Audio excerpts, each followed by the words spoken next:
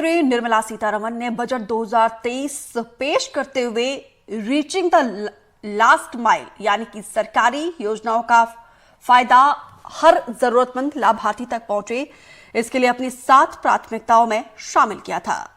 मौजूदा वित्तीय साल के दौरान इसे लागू करने के लिए डायरेक्ट बेनिफिट ट्रांसफर यानी कि डीबीटी व्यवस्था का न सिर्फ विस्तार किया गया है बल्कि इसे और कारगर बनाने के लिए कई स्तर पर पहल भी की गई है। देखिए पश्चिमी उत्तर प्रदेश के मोदीनगर इलाके के एक गांव से हिमांशु शेखर की ग्राउंड रिपोर्ट।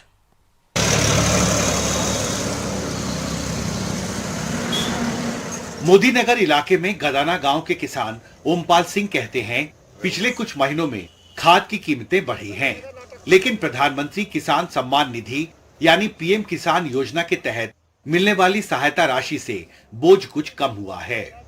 आपको समय पर पैसे मिलते हैं पीएम किसान सम्मान निधि? जी हाँ, जी हाँ।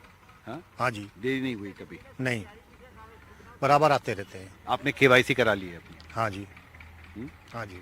तो परेशानी नहीं हुई इस योजना में? नहीं, कोई परेशानी नहीं है, अपने आप आ जाते हैं अकाउंट में और कोई दिक्कत नहीं है। बाकी हमें जरूरत पड़ती है तब निकाल लेते हैं हम। जरूरत निकालते हैं। हाँ जी। पर आपके जैसे जो किसान हैं उनके जीवन पर क्या असर पड़ा है ये जो सपोर्ट जो मिलता है, फाइनेंशियल सपोर्ट? इससे लोगों को हेल्प मिलती है जी, बीज में, खाद में, टाइम पे अपना उनकी फसल बो जाती है, टाइम पे अपना खाद लग जाता है उनका, तो उनको बड़ा अच्छा मतलब प्रोग्रेस हुई है उनकी भी। नए किसानों को जोड़ा गया है इस योजना में आपके गाँव में? जी। हाँ? जी। तो अभी भी किसान आवेदन कर रहे हैं इस योजना में? हाँ जी। हाँ? हाँ जी। जैसे किसी का फॉर्म रिजेक्ट हो गया पहले तो नया दस्तावेज लगाया, हाँ जी, आवेदन की प्रक्रिया चलती रहती है? जी जी जी जी जी। अपने पिछले बजट भाषण में वित्त मंत्री निर्मला सीतारमण ने रीचिंग द लास्ट माइल को बजट की 7 प्राथमिकताओं में शामिल किया था।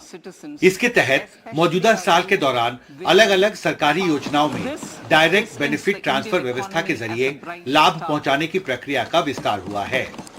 वित्त मंत्रालय की तरफ से जारी ताजा आंकड़ों के मुताबिक केंद्र और राज्य सरकारों की कुल 1016 योजनाओं का लाभ करोड़ों लाभार्थियों तक डीबीटी के जरिए पहुंचाया जा रहा है। 30 नवंबर 2023 तक करीब 2,14,000 करोड़ रुपए 167.94 करोड़ ट्रांजैक्शंस के जरिए पहुंचाए गए।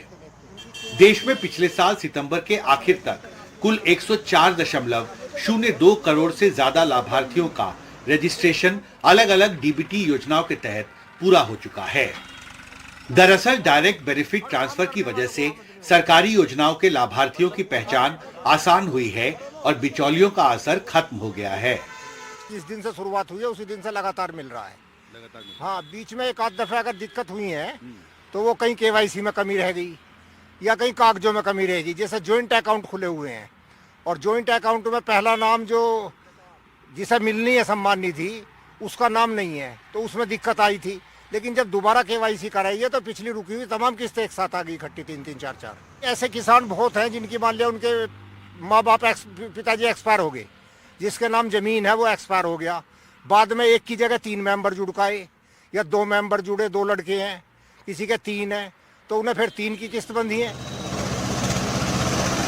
मौजूदा वित्तीय साल के दौरान अप्रैल से नवंबर 2023 के बीच पीएम किसान सम्मान निधि के तहत रजिस्टर्ड लाभार्थी किसानों को करीब 38,000 करोड़ रुपए सीधे उनके बैंक खातों में ट्रांसफर किए गए।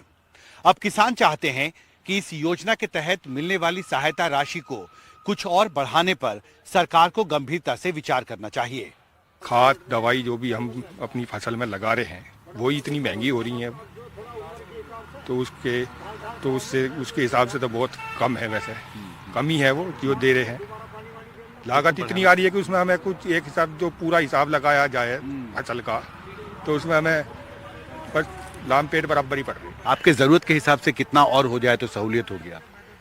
1000 रुपये और बढ़ जाने चाहिए कम से कम जी। साल के। तो 9,000 रुपए मिलेंगे तो उससे राहत होगी? राहत होगी जी। जो भी मतलब कुछ लोग ऐसे हैं जिनको टाइम पे उनके पास में पैसा नहीं होता और वो फसल बोने के चक्कर में रहते, तो इमरजेंसी में अपना निकाला और अपना फसल और खाद का अपना काम चला लिया उन्होंने। डायरेक्ट बेनिफिट ट्रांसफर व्यवस्था के तहत जो लाभार्थी मानकों पर खरे नहीं उतरते उन्हें सरकारी योजनाओं के दायरे से बाहर कर दिया जाता है। मोदीनगर के संदीप दहिया इसके एक उदाहरण हैं। पीएम किसान योजना जो 2,000 रुपए की किस्त थी, ये 2020 में स्टार्टिंग हुई थी इनकी बीजेपी की, उसके बाद मेरे को 20 में 21 में आया मेरे को ये कुछ मतलब 2,000 रुपए की 3 से 4 किस्त आई। फिर मेरी जॉब कंटिन्यू करी थी मैंने 2021 अप्रैल में। उसके बाद मेरे को जब मैंने ITR वगैरह फाइल करी तो उसके बाद मेरे को कोई किस्त इनमें मतलब इन्होंने नहीं मेरे को कभी प्रोवाइड की। अब भी मेरी मम्मी की अब भी आती है, मेरे फादर की भी आती है, पर मेरी उसके बाद कोई ऐसी किस्त नहीं है क्योंकि मैंने अर्निंग दिखाई तो मेरे को लग रहा है उन्होंने क्रॉस चेक करके या मेरे को वेरीफाई करके तो उन्होंने लिस्ट से मेरे को हटा दिया है कि मेरे को उन 2,000 रुपए की या 6,000 रुपए की जरूरत है। ओके, तो इसका मतलब है कि जब आप टैक्स पे करने लगे तो उसके बाद से आपका किस्त आना बंद हो गया? बिल्कुल सर, मेरी उसके बाद से जब से ITR फाइल करी तो उसके बाद से मेरे को कोई ऐसी किस्त गवर्नमेंट से प्रोवाइड नहीं हुई। जाहिर है डायरेक्ट बेनिफिट ट्रांसफर व्यवस्था के विस्तार से सरकारी योजनाओं पर अमल बेहतर हुआ है और पारदर्शी भी। मोदी नगर के गदाना गांव से कैमरा पर्सन सुधीश राम के साथ हिमांशु शेखर, NDTV इंडिया।